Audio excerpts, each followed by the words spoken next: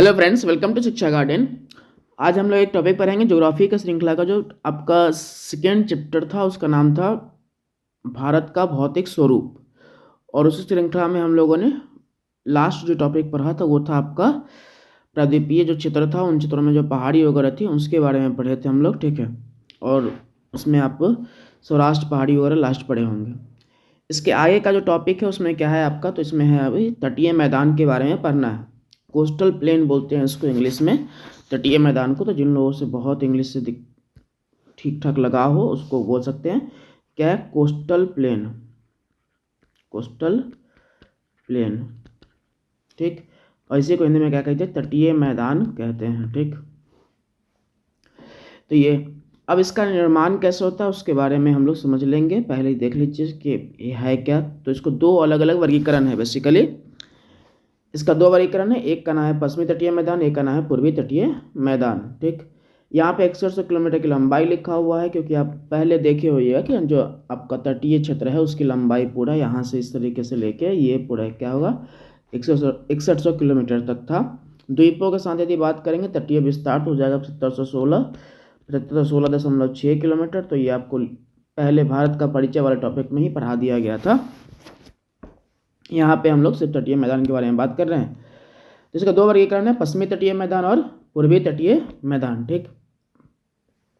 इसमें से आपका जो है तटीय मैदान प्रायद्वीपीय पठार के दोनों ओर दक्षिण की ओर फैला हुआ है। कहने का मतलब ये जो पूरा हिस्सा है भारत का, ये वाला हिस्सा जो आप देख रहे हैं ये क्या है, तो ये है आपका प्रायद्वीपीय पठार। प्रायद्वीपीय पठार मतलब, प्रायद्वीप का मतलब जानते हैं क्या होता है, तो ये जो तीन ओर से जल से घिरा हुआ उसको प्रायद्वीप कहते हैं। और पठार क्या है, मतलब मैदानी संरचना से एक ऊपरी संरचना, मैदानी संरचना से थोड़ा सा ऊपर संरचना और समतल संरचना क्या कहलाता है, पठार कहलाता है, ठीक। और यदि कोई मैदान संरचना से ऊंचा हो पर बिल्कुल समतल ना हो, ठीक, इस तरीके से हो तो इसको पर्वत कहेंगे। तो वो मैदानी संरचना से ऊपर की संरचना और समतल संरचना क्या कहलाएगा, पठार कहलाएगा। तो ये पूरा हिस्सा पेनिनसुलर, ये पेनिनसुला प्लेट्यू बोलते हैं इसको, ठीक है। पेनिनसुलर प्लेट्यू कह सकते हैं इसको आप, ठीक। प्रायद्वीपीय पठार, इसका दो वर्गीकरण है, पश्चिमी तटीय मैदान और पूर्वी तटीय मैदान। और ये सब आपको यहाँ पे फैला हुआ है, ठीक है। तटीय मैदान को मुख्यतः दो वर्गों में बांटा गया, नीचे भी यही बात लिखा हुआ है, पश्चिमी तटीय मैदान और पूर्वी तटीय मैदान। इसके भी अलग अलग वर्गीकरण है। तो इसका वर्गीकरण में आपका यहीं पे बांट के लिख दिया गया, वर्गीकरण कर दिया। गुजरात का मैदान, कोंकण तट, कनाडा तट, मालाबार तट, ठीक। चार तट आपको मिल जाएगा कहाँ पे, पश्चिमी तटीय मैदान में, ठीक। उत्कल तट, आंध्र प्रदेश, कोरोमंडल तट। एक बात और ध्यान रखिएगा, कुछ लोग क्या करते हैं ना, गुजरात के तट को अलग से मानते हैं, पश्चिमी तटीय मैदान का हिस्सा नहीं मानते हैं। तो वो तीन बनाएंगे, गुजरात का तटीय मैदान, ठीक है, पश्चिमी तटीय मैदान और पूर्वी तटीय मैदान। पर यहाँ पे जो हम पढ़ा रहे हैं उसमें ये है, मान लिया गया कि पश्चिमी तटीय मैदान में गुजरात का तटीय मैदान भी आ जाएगा, ठीक है। और आपका बाकी और भी मैदान है, कोंकण तट, कनाडा तट, मालाबार तट, ये सब पश्चिमी तट के मैदान में ही आ जाएगा। तो इस तरीके से वर्गीकरण दो ही माना गया यहाँ पे, ठीक। पूर्वी तटीय मैदान में आपका उत्कल तट और उत्तरी सरकार तट है, इसमें भी थोड़ा सा डिबेट है, बात करेंगे आगे। आंध्र तट, इसको काकीनाडा तट भी कहते हैं, और कोरोमंडल तट, ये तीन आपका तट पूर्वी तटीय मैदान का है। और ये यहाँ पे चार हो जाएगा पश्चिमी तटीय मैदान का। अब पहला जो आपका टॉपिक है उसमें है पश्चिमी तटीय मैदान, और इसमें लिखा कि इस मैदान का विस्तार गुजरात से लेकर कहाँ हुआ है, कन्याकुमारी तक है। इस पूरा मैदान का जो विस्तार है गुजरात से लेकर कन्याकुमारी तक है। और ये अरब सागर तथा पश्चिमी घाट के बीच स्थित मैदान है, ठीक है।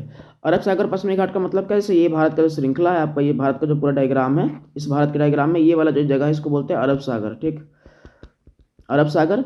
और यहाँ पे एक आपको पूरा एक पर्वत श्रृंखला मिल जाएगा, उसको बोलेंगे पश्चिमी घाट, वेस्टर्न घाट बोलते हैं इसको इंग्लिश में, हिंदी में पश्चिमी घाट।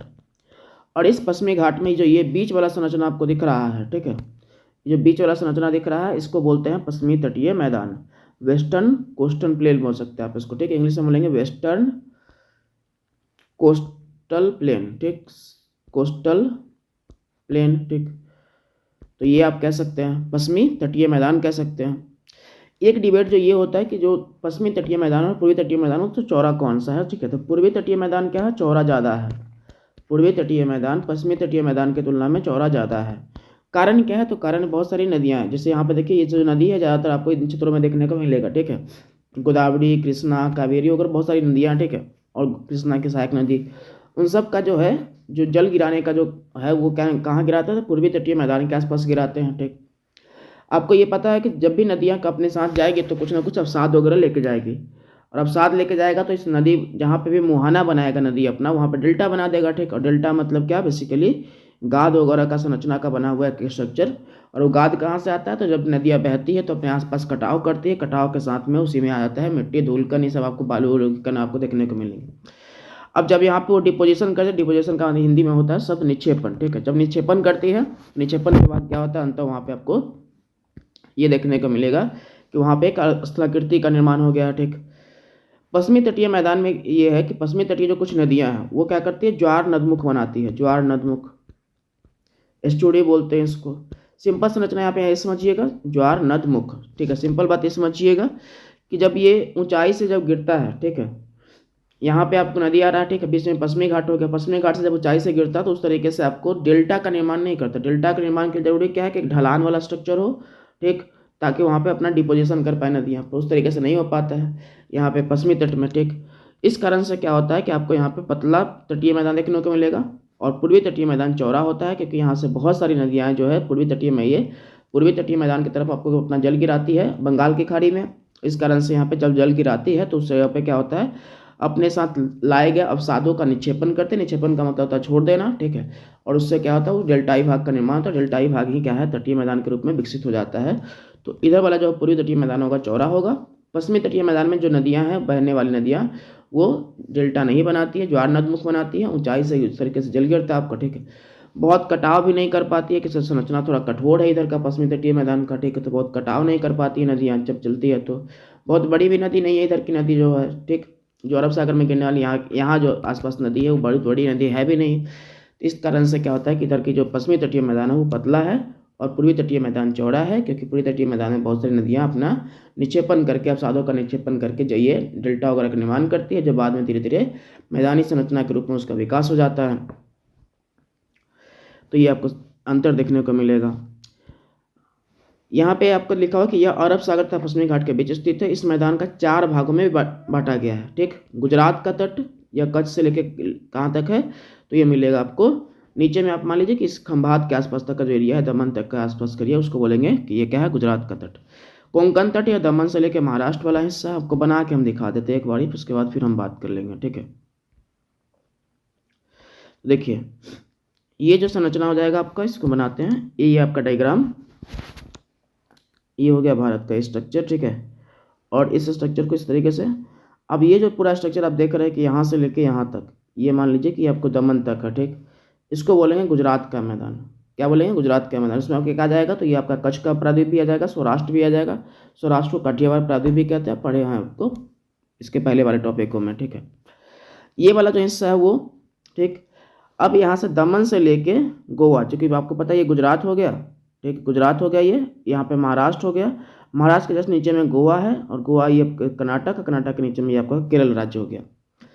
ये दमन से लेके गोवा तक का जो बीच वाला गोवा वाला हिस्सा है, वहाँ तक का जो हिस्सा है उसको बोलते हैं कोंकण तट। क्या बोलते हैं, कोंकण तट, ठीक।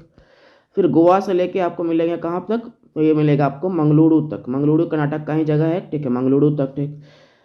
तो ये क्या हो जाएगा आपका, तो ये हो जाएगा केनरा तक, ठीक। और मंगलुरु से लेके कहाँ तक मिलेगा आपको, ये नीचे तक कन्याकुमारी तक जो मिलता है उसको बोलते हैं क्या, उसको बोलते हैं कि आपका ये मालाबार तट है, ठीक है, मालाबार तट। तो गुजरात से लेके दमन तक जो पूरा, दमन तक का जो पूरा हिस्सा है गुजरात में, इसको गुजरात तट कहते हैं। दमन से लेके आपको गोवा तक का हिस्सा कोंकण तट, कोंकण से लेके सॉरी गोवा से लेके आपको कहाँ तक, मंगलुरु तक का जो हिस्सा है कहलाएगा आपका ये केनरा तट। मंगलुरु कर्नाटक में पड़ता है, और कर्नाटक के मंगलुरु से लेकर जो नीचे कन्याकुमारी तक जो हिस्सा कहलाएगा वो क्या कहला जाएगा आपका, तो ये कहलाएगा मालाबार तट, ठीक। इस तरीके से 4 डिवीजन आपको देखने को मिलता है। तो पहला आपका गुजरात का तट, यहाँ पे भी डायग्राम में बना हुआ है, तो चाहे तो आप अपना ड्रॉ भी कर सकते हैं, ठीक है। गुजरात का तट या कच्छ से लेकर सौराष्ट्र के तटीय भाग तक है। कोंकण तट या दमन व महाराष्ट्र के गोवा के बीच का क्षेत्र है। अगला आपका केनरा तट या मैदान, या गोवा से कर्नाटक तक के तटीय मैदान का क्षेत्र है, ठीक। कर्नाटक में मंगलोर एक जगह है, वहाँ आपको मिलता है, ठीक। तो ये मालाबार तट या कर्नाटक के मैंगलोर से तमिलनाडु के कन्याकुमारी तक का क्षेत्र है। ये पूरा क्या है, तटीय मैदान 4 वर्गों में बटा हुआ है।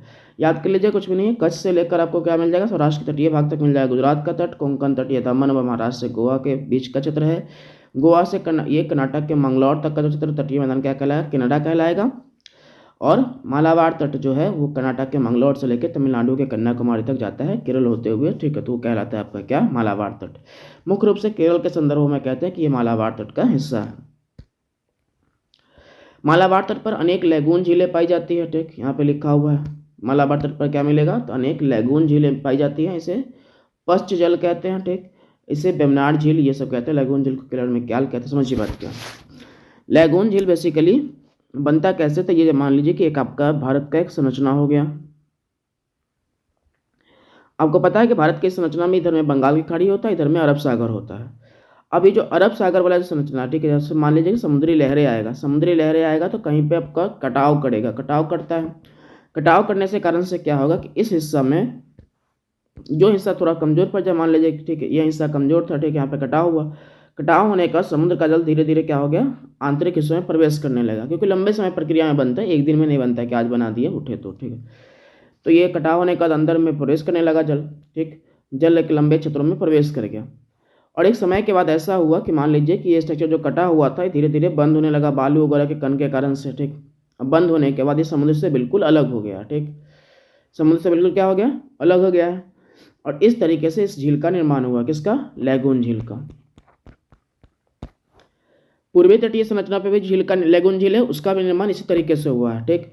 तो पहले तटीय किनारा वाला हिस्सा होगा, ठीक, वहाँ पे समुद्री कटाव, ये लहरें आएंगी, कटाव करेंगी, कटाव करने का जब जल समुद्र एक स्थलखंड वाले हिस्से में प्रवेश कर जाएगा, ठीक है, उस हिस्से में रहेगा। फिर धीरे धीरे यदि वो संरचना, बाहरी संरचना जो था, जो मुंह था, वो बंद हो गया, ठीक है। तो ये जो जल है स्थलखंड के अंदर जब प्रवेश किया था वो क्या होगा, समुद्र से बिल्कुल अलग हो गया। और इस तरीके से जो झील का निर्माण होगा इसको बोलेंगे कि लैगून झील है ये, ठीक। लैगून झील को क्या कहते हैं, केरल में कहते हैं कयाल। स्थानीय रूप से लैगून झील का नाम क्या है, कयाल है। पश्च जल इसलिए कहते हैं क्योंकि पश्च जल जो ऊपर में लिखा हुआ था एक पॉइंट, ये जो पॉइंट लिखा हुआ कि पश्च शब्द जो लिखा हुआ पश्च जल, पश्च जल का मतलब क्या है कि जो जल समुद्र का था वो पिछले वाले हिस्से में प्रवेश कर गया, ठीक है। तो ये समुद्र से पीछे चला गया और अंत वहाँ पे एक झील का निर्माण कर लिया, तो पश्च जल। ऐसे सवाल बनता है इससे कयाल से, ठीक है, ध्यान रखिएगा। तो लैगून झील को केरल में कयाल कहते हैं, ठीक। और ये संरचना बनता है और ये दोनों तट पे मिलेगा, यहाँ पे भी मिलेगा, पूर्वी तट पे भी मिलेगा, पश्चिमी तट पे भी मिलेगा, ठीक है। पश्चिमी तट पे जो झील है उसको बेमनाड झील और आपको अष्टामुदी झील आपको दो देखने को मिलता है, ठीक है। बेमनाड झील पे ही क्या है, आपको यहाँ पे वेलिंगटन द्वीप लिखा हुआ है कि बेमनाड झील पे वेलिंगटन द्वीप मिल जाएगा, ठीक। एक अष्टामुदी झील है। झील वाले टॉपिक में इसको हम और पढ़ेंगे ठीक से, ठीक है। लैगून झील को केरल में कयाल कहते हैं। लैगून झील मुख्य भाग से अलग होकर बना जल का क्षेत्र होता है। मुख्य भाग यहाँ पे क्या होगा, तो अरब सागर वगैरह की बात कर सकते हैं, ठीक है। तो जो जल यहाँ पे अरब सागर का जो जल जो तटीय ये स्थल करने प्रवेश कर गया वो बाद में फिर बंद हो गया, बिल्कुल अलग हो गया उससे, अरब सागर से, तो उसको बोलेंगे कि वो जल क्या हो गया, जल वाला क्षेत्र क्या कहलाएगा, तो वो कहलाएगा कि वो लैगून झील है। पूर्वी तटीय मैदान, ठीक है। अगला आपका पूर्वी तटीय मैदान, इसके बारे में पढ़ना हम लोग को। तो इसका विस्तार कहाँ से हुआ, तो उड़ीसा, आंध्र प्रदेश, तमिलनाडु राज्यों में है, ठीक। 3 राज्यों में आपको देखने को मिलता है। कुछ आपको ऊपरी हिस्सा में, पश्चिम बंगाल का जो बिल्कुल निचला हिस्सा है वहाँ से शुरू हो सकता है, ठीक है। इसमें 3 आपको तट मिलेगा, तो उत्कल तट या उत्तरी सरकार तट, ठीक, उत्कल तट या उत्तरी सरकार तट, ठीक। ये गंगा के डेल्टा क्षेत्रों से शुरू होकर कृष्णा नदी तक विस्तृत होता है। और ये कहाँ पे, ऐसा देखिए, समझिए यहाँ पे ये जो आपको दिख रहा है ये स्ट्रक्चर इस तरीके से, ये उत्कल तट या उत्तरी सरकार तट आपको इसका नाम है। यहाँ से आपको जो मिल जाएगा इसको बोलेंगे काकीनाडा या आंध्रा तट, ठीक, जो आंध्र प्रदेश के बीच में मिलेगा, ठीक। और यह है कोरोमंडल तट जो कि आपको तमिलनाडु के पास में मिलेगा। तो इस तरीके से 3 वर्गीकरण इसका है। इसका भी कुछ जगह पर डिबेट मिल जाएगा, पर जो हम पढ़ा दिए हैं वो सही है, तनाव नहीं लीजिएगा इसके लिए, ठीक है। उत्कल तट या उत्तरी सरकार तट या गंगा के डेल्टा क्षेत्रों से कृष्णा नदी तक विस्तृत होता है, ठीक है। आंध्रा या काकीनाडा तट, यह मैदान आंध्र प्रदेश के तटीय भाग में पुलिकट झील तक है। ये जैसे आपका ही हो गया भारत का संरचना, ठीक। अब यहाँ पर उड़ीसा है तो यहाँ से लेके यहाँ तक आ जाएगा आपका कृष्णा नदी के हिस्सा तक, आंध्र प्रदेश तक। और आंध्र प्रदेश से लेके पुलिकट झील तमिलनाडु और आंध्र प्रदेश के बॉर्डर पे पुलिकट झील है, ठीक। और फिर यहाँ से एक 3 है, तो ये संरचना कहलाएगा उत्तरी सरकार, ये कहलाएगा काकीनाडा और ये कहलाएगा आपका कोरोमंडल। तो इस तरीके से 3 वर्गीकरण हो गया इसका, ठीक। ये अगला देखिए आपका यहाँ पे लिखा है कोरोमंडल तट, यह पुलिकट झील से लेकर कन्याकुमारी तक है और पुलिकट झील पर आंध्र प्रदेश में श्रीहरिकोटा द्वीप स्थित है। ये बात आपको यहाँ पे लिखा हुआ है, ठीक। अगला जो आपका सवाल हो जाएगा उसमें ये हो जाएगा, तटीय मैदान के बारे में नीचे में पूरा स्ट्रक्चर बना के फिर से दिखा दिया गया, तो आप इसको देख लीजिएगा। पूरा स्ट्रक्चर एक साथ में है। आपका गुजरात का तट हो जाएगा, ठीक है। नीचे में आपका हो जाएगा, नीचे में हो जाएगा आपका कोंकण तट, ठीक है। उसके बाद केनरा तट, उसके बाद हो जाएगा नीचे में मालाबार तट, और इधर में आपका कोरोमंडल। उसके बाद हो जाएगा आपका पूर्वी तटीय मैदान। यहाँ पे ये पूर्वी तटीय मैदान तो है ही, कोरोमंडल का काकीनाडा तट, ठीक है। और यह आगा होगा उत्तरी सरकार तट। उत्तरी सरकार तट में यहाँ पे आपको चिल्का झील मिल जाएगा। इस तरीके से संरचना पूरा निर्माण होया हुआ है, ठीक है। कन्याकुमारी, यहाँ पे केप कोमोरिन लिखा हुआ, कन्याकुमारी के पास में ये स्ट्रक्चर है केप कोमोरिन अंतरीप, ठीक है। इसके बारे में आपको पहले बता दिए हैं, ठीक। नहीं पता तो एक और ध्यान सुन लीजिए, ठीक है। ये जो संरचना होता है, क्योंकि ये स्थल खंड से निकला हुआ थोड़ा सा हिस्सा, ठीक, जो आपको जलखंड वाले क्षेत्रों में विस्तृत होगा, पर ये पूरा द्वीप नहीं होता, क्योंकि एक हिस्सा इसका स्थल से लगा रहेगा, कुछ हिस्सा आपको जलखंड में विस्तृत रहेगा, ठीक। तो वो छोटा सा हिस्सा होता है, उसको केप कोमोरिन कहते हैं। ज़्यादातर जगह पे इसको दक्षिणी भाग को कन्याकुमारी के नाम से जानते हैं, कहीं कहीं पे आपको केप कोमोरिन मिल जाएगा। कोमोरिन अंतरीप कहते हैं इसको हिंदी में, केप का मतलब होता है हिंदी में अंतरीप, ठीक। यहाँ पे लिखा हुआ कि पूर्वी तटीय मैदान पर कुछ लैगून झीलें हैं, जिसे उड़ीसा में क्या कहते हैं, चिल्का झील, और आंध्र प्रदेश में पुलिकट झील कहते हैं, ठीक। पुलिकट झील आंध्र प्रदेश और तमिलनाडु की सीमा पर स्थित है। पूर्वी तटीय मैदान, इसमें सवाल भी बनता है, ठीक है, कि आंध्र प्रदेश और तमिलनाडु सीमा को बांटने का काम तो पुलिकट झील करता है, ठीक है। पूर्वी तटीय मैदान पश्चिमी तटीय मैदान की तुलना में चौड़ा है, ठीक। पूर्वी तटीय मैदान को दक्षिण पश्चिम मानसून और उत्तर पूर्वी मानसून दोनों से वर्षा प्राप्त होता है। ये बात तो ऐसे भी आप पढ़िएगा मानसून वाले चैप्टर में। चौड़ा क्यों है इसके बारे में आपको शुरू में ही बता दिए कि पूर्वी तटीय मैदान पश्चिमी तटीय मैदान की तुलना में चौड़ा क्यों है, क्योंकि पूर्वी तटीय मैदान के किनारे में बहुत सारी नदियाँ अपना डेल्टा बनाती है। इस कारण से उस तरह से मैदानी प्लेन का विकास लंबे समय में, मैदानी जो क्षेत्र है उसका विकास हो गया है। जो पश्चिमी तटीय मैदान है वहाँ पे डेल्टा का निर्माण उस तरीके का नहीं होता है। इस कारण से क्या होता है कि वहाँ पे पतला वो पट्टी देखने को आपको मिलता है, ठीक। अब अगला जो आपका है वो हम समझेंगे द्वीपीय प्रदेश के बारे में कि द्वीप वगैरह।